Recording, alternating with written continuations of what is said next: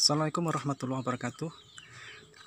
Sahabat Indonesia, saat ini saya ada di sebuah perkebunan yang ada di belakang rumah saya. Saya ingin mengajak bertadabbur pada sahabat Indonesia. Di sini saya menanam mangga atau dikenal dengan Mangifera indica. Di situ ada juga pohon jambu atau dikenal dengan Psidium guajava. Ada juga sawo. Di sana ada pisang atau Musa paradisiaca. Di sana ada lengkeng dan juga ada tanaman kelapa atau dikenal dengan Cocos luciferaa. Mari Bapak Ibu, sahabat Indonesia, belajar di tanaman ini. Tanaman ini saya tanam, saya pelihara, saya siram dengan air yang cukup. Kadang-kadang saya berikan pupuk. Harapan saya tanaman ini akan tumbuh dengan subur.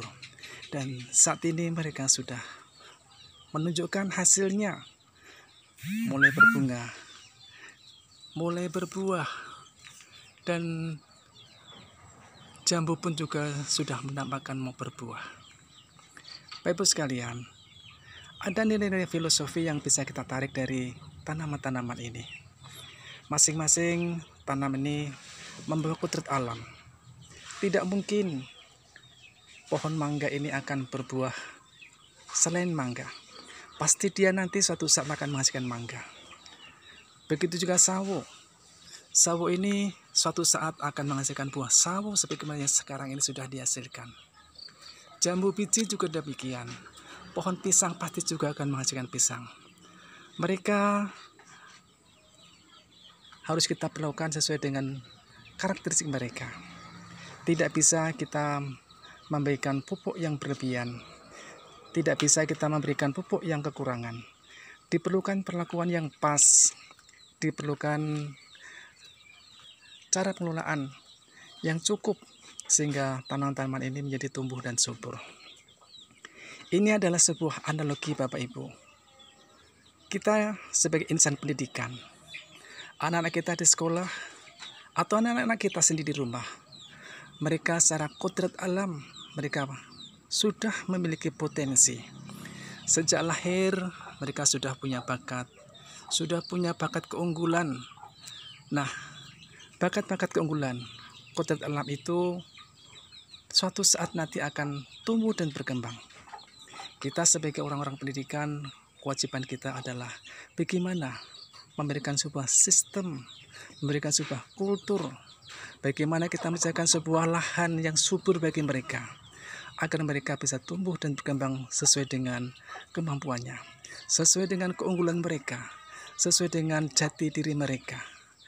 Jangan sampai terjadi anak-anak yang pandai dalam hal bahasa kita paksakan untuk belajar matematika.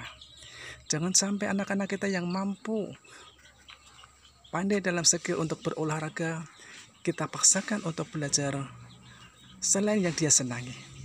Ada karakteristik yang perlakuan khusus yang harus mereka terima. Oleh karena itu, perlakuan-perlakuan dalam pembelajaran, dalam memfasilitasi pembelajaran yang kita desain selama ini perlu kita evaluasi.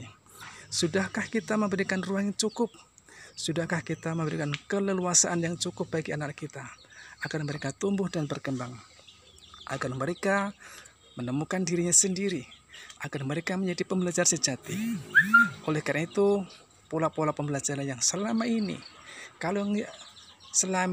pembelajaran itu berbasis pada buku, berbasis pada materi, sekadar hanya untuk mencapai target kurikulum, banyak dengan ceramah, tidak mengoptimalkan potensi pembelajaran dengan model pendekatan strategi yang berpusat pada siswa, yang tidak mengoptimalkan potensi mereka, tidak membawa siswa untuk berpikir secara kritis, tidak membawa siswa untuk berpikir secara kreatif, tidak membawa mereka untuk berkomunikasi dan berkolaborasi. Maka pada saatnya mereka tidak akan siap menjadi generasi pada zamannya. Oleh karena itu, ini adalah sebuah tantangan. Bagaimana kita mengelola sebuah pendidikan yang memerdekakan? Bagaimana kita melaksanakan sebuah pembelajaran yang memerdekakan siswa dengan memberikan keleluasaan? sehingga mereka berkembang sesuai dengan potensinya. Jangan sampai dipaksakan, jangan sampai mereka belajar dalam suasana yang tidak menyenangkan. Kita ciptakan sebuah lingkungan, kultur sekolah yang membuat mereka senang, mereka bahagia, sehingga mereka muncul keinginan, tanda kemauan, keingintahuan yang besar. Itulah kewajiban kita yang menciptakan lingkungan bagi anak kita supaya tumbuh subur sebagaimana tanaman yang saya tanam yang begitu subur dan segera akan memperlihatkan hasil-hasilnya, dan buah ini mudah-mudahan nanti akan menghasilkan dan harapan saya apa yang kita lakukan tidak sia-sia, akan menciptakan generasi yang kita inginkan, generasi yang memiliki kompetensi penuh, generasi yang utuh, punya pengetahuan, kecerdasan, namun juga punya nilai-nilai karakter yang berbasis pada akar budaya bangsa. Mari Bapak Ibu, kita wujudkan pendidikan yang memerdekakan, pembelajaran yang memerdekakan, merdeka untuk kita semua, sukses untuk pendidikan kita. Terima kasih.